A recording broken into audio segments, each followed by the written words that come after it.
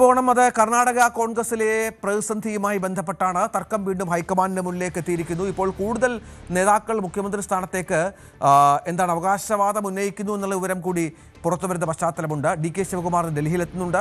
ഒരുപക്ഷെ ഹൈക്കമാൻഡുമായി കൂടിക്കാഴ്ച നടന്നേക്കാം. ഇതിനിടയിലാണ് മന്ത്രിസഭയിൽ പുതുമുഖങ്ങളെ ഉൾപ്പെടുത്തണമെന്നുള്ള ഒരു വിഭാഗം MLA-മാരുടെ ആവശ്യം.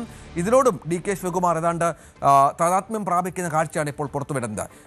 ER രാഗേഷ് വിവരങ്ങൾ പങ്കുവെക്കുകയാണ്. രാഗേഷ്, പുതിയതല്ല അവിടുത്തെ പ്രതിസന്ധി.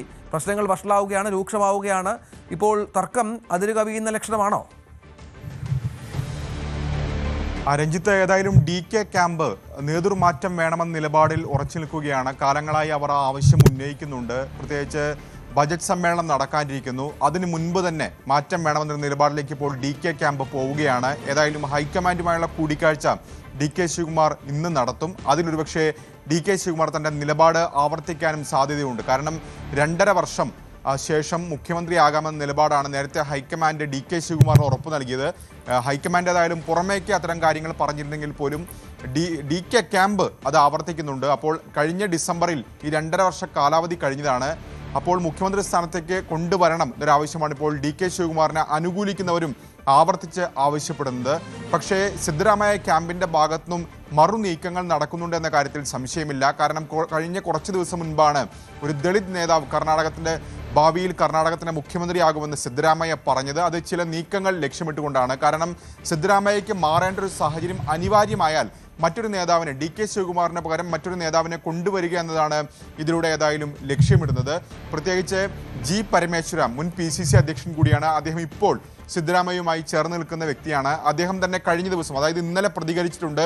മുഖ്യമന്ത്രി സ്ഥാനത്തേക്ക് താൻ യോഗ്യനാണെന്ന് അദ്ദേഹം പറഞ്ഞു കഴിഞ്ഞു. കാരണം 2010 മുതൽ 2018 വരെ അദ്ദേഹം PCC അധ്യക്ഷനായിരുന്നു. ഇക്കാലയളവിൽ പാർട്ടിയെ അധികാരത്തിൽ കൊണ്ടുവന്നിട്ടുണ്ട്. അപ്പോൾ ഇനി എന്ത് യോഗ്യതയാണ് താൻ തെളിയിക്കേണ്ടതെന്ന് അദ്ദേഹം പറഞ്ഞിരിക്കുന്നു. ഇതുകൂടാതെ സതീഷ് ജാർക്കിഹോളി ബലഗാവി മേഖലയിലുള്ള പ്രധാനപ്പെട്ട നേതാവാണ്. അദ്ദേഹം സിദ്ധരാമയ്യയുമായി അടുത്ത് നിൽക്കുന്ന വ്യക്തിയാണ്, ദളിത് നേതാവാണ്. അപ്പോൾ അദ്ദേഹത്തിൻ്റെ പേര് നേരത്തെ തന്നെ ചർച്ചകളിലേക്ക് കൊണ്ടുവന്നത് സിദ്ധരാമയ്യയുടെ മകൻ യതീന്ദ്രയാണ്. അങ്ങനെ പല പേരുകളിലേക്ക് ഇപ്പോൾ സിദ്ധരാമയ്യ ക്യാമ്പും കടക്കുന്നുണ്ട്. അതുകൊണ്ട് തന്നെ ഹൈക്കമാൻഡിന് ഒരു തീരുമാനമെടുക്കുക പ്രയാസമാണ്. പ്രത്യേകിച്ച് സിദ്ധരാമയ്യ കോൺഗ്രസിനെ സംബന്ധിച്ചിടത്തോളം കർണാടകയിൽ OBC വിഭാഗങ്ങളുടെ ഒരു പ്രധാനപ്പെട്ട നേതാവാണ് സിദ്ധരാമയ്യ. അദ്ദേഹം അഹിന്ദ വോട്ട് ബാങ്ക് ആണ് കഴിഞ്ഞ തെരഞ്ഞെടുപ്പിലൊക്കെ തന്നെ കോൺഗ്രസിനെ അവിടെ അധികാരത്തിൽ എത്തിച്ചത്. അതായത് മുസ്ലിം, ദളിത്, OBC വോട്ടുകളെല്ലാം കൂടിച്ചേർന്നുകൊണ്ടുള്ള അഹിന്ദ വോട്ട് ബാങ്ക്, അതാണ് കർണാടകയിൽ കോൺഗ്രസിനെ വലിയ വിജയം സമ്മാനിച്ചത്. അതിൻ്റെ ഒരു പ്രധാനപ്പെട്ട നേതാവ് സിദ്ധരാമയ്യായിരുന്നു. ഏതാണ്ട് 50% വരും ഈ വോട്ട് ബാങ്ക്. അത് ഏതായാലും പൊക്കലിക വിഭാഗത്തിലെ നേതാവായ DK ശിവകുമാറിനില്ല. മാത്രവുമല്ല, അദ്ദേഹത്തിന് നിലവിൽ നല്ല പ്രതിച്ഛായയുണ്ട്. കോൺഗ്രസിനകത്തൊരു ട്രബിൾ ഷൂട്ടർ എന്നൊക്കെ തന്നെ ഇമേജ് ഉണ്ടെങ്കിൽ പോലും ഒരു കർണാടക മുഴുവനായി വ്യാപിച്ചു കിടക്കുന്നൊരു ഇമേജ് ഇല്ല എന്നാണ് സിദ്ധരാമയ്യ ക്യാമ്പ് ഏതായാലും ഉന്നയിക്കുന്നത്. ഏതായാലും ഹൈക്കമാൻഡ് ഒരുപക്ഷെ പെട്ടെന്നൊരു തീരുമാനത്തിലേക്ക് പോകാനുള്ള സാധ്യത വളരെ കുറവാണ്. കാരണം നിയമസഭാ തെരഞ്ഞെടുപ്പുകൾ നടക്കാനിരിക്കുന്നു. കർണാടകത്തോട് ചേർന്ന് കിടക്കുന്ന കേരളത്തിലും തമിഴ്നാട്ടിലും തെരഞ്ഞെടുപ്പാണ്. അപ്പോൾ ഈ ഒരു ഘട്ടത്തിൽ നേതൃമാറ്റം എന്നൊരാവശ്യത്തിലേക്ക് പോകാനുള്ള സാധ്യത ഹൈക്കമാൻഡ് കുറവാണ്. ഏതായാലും ഒരുപക്ഷെ DK ശിവകുമാറിനെ അന്വയിപ്പിച്ച് നിയമസഭാ തെരഞ്ഞെടുപ്പുകൾ കഴിഞ്ഞ ശേഷം പരിഗണിക്കാം എന്ന നിലപാടിലേക്ക് കാര്യങ്ങൾ പോയേക്കാം. ഏതായാലും സോണിയാഗാന്ധി, പ്രിയങ്ക ഗാന്ധി തുടങ്ങിയവർക്കൊക്കെ തന്നെ DK ശിവകുമാറിനോട് അനുകൂലമായ നിലപാടുണ്ട്. നിലവിൽ AICC അധ്യക്ഷനായ മല്ലികാർജുൻ ഖർഗെയുടെ നിലപാടും DK ശിവകുമാറിനെ മുഖ്യമന്ത്രിയാക്കാമെന്നാണ്. അതിന് മറ്റൊരു കാരണവും കൂടിയുണ്ട്.